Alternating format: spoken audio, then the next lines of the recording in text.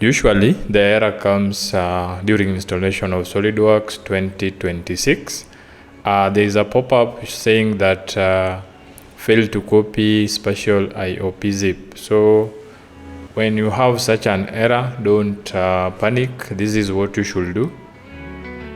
Click, there is a box showing OK. Click on that OK button and uncheck this box, then click finish.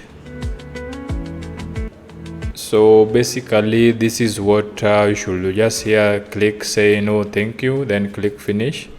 Press Windows key plus R on your keyboard and that will open this box. So on this box type %sign temp for temporary, then another %sign, then click OK.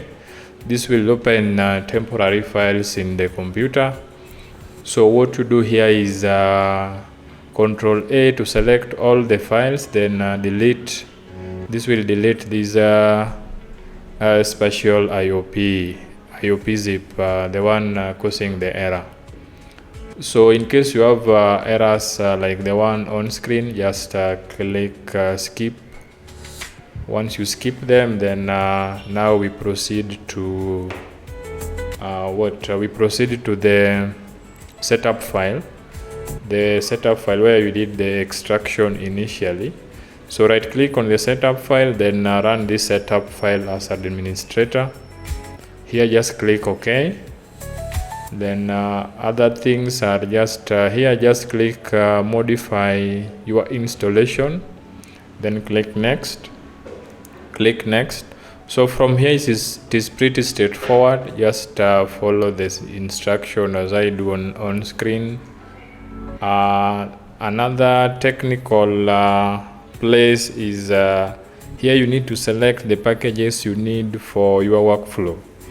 So for my case, I'll just select a few. In case you are not sure on what to select and what not to select, you can just proceed and select all of them. You can select all of them for now, but for me I'll just select a few for my design work.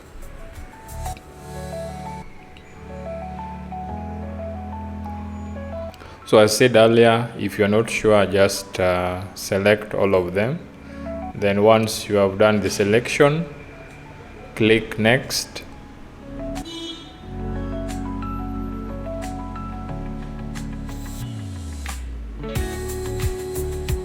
Another common error which usually comes up is the SQL server error. That one comes when you select the electrical option.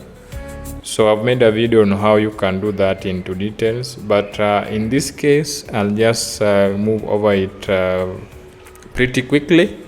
So under electrical option, there is just scroll down to electrical option. Yeah, down there.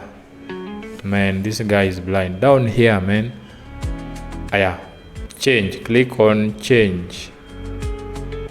Once you click on change, then you ensure you check use existing SQL server, then connect using Windows authentication. Just select the ones existing, then click back to summary, then click modify now. Here click OK. Then here just OK and proceed. You start your installation. A quick reminder is that this video is intended for educational purposes only. So in case you are looking somewhere where you can crack SolidWorks, this is not the video for you. This is purely for educational purposes only. You can see it is now successful, and the main takeaway here is that you need to delete the temporary files for the installation to be successful. So in case that video came through for you, remember to hit that subscribe button. Another common error which usually comes up is after installation, when you try to launch SolidWorks, you can see this error: could not obtain license for SolidWorks. So I've also made a detailed video on how you can solve that error, but for the purposes of this video, this is what you should do. Go to Task Manager, click on Details. Once you click on Details, we are looking for a file called SolidWorks.fs.exe. Once you find that file, right click, then end task, then end process. But if it is not there, like in my case, proceed to the next step. On the next step, go to installation folder, open SolidScope, again open SolidWorks. Here we are looking at a file called netpy32.dll. So once you find it, delete it. You can use the search panel to look for it under SolidScope, then SolidWorks. If it is not there again, now proceed to the next step where we are going to where you did the extraction. Open SolidScope, then select all these folders, copy them, then come and paste them on program files, SolidScope.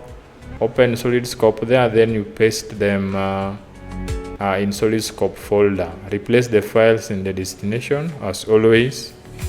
Finally, go and open SolidWorks PDM. Once you open SolidWorks PDM, there's this file, we need to rename it. Leave whatever name which is there, but at the end of it, add .bak at the end of the existing file name there. Once you do that, come again and do this final step. Add the Solid Squad load enabler to your registry editor. You can just double click the file or right click, then go with the option of open. Once you do that, now you can go ahead and launch SolidWorks again.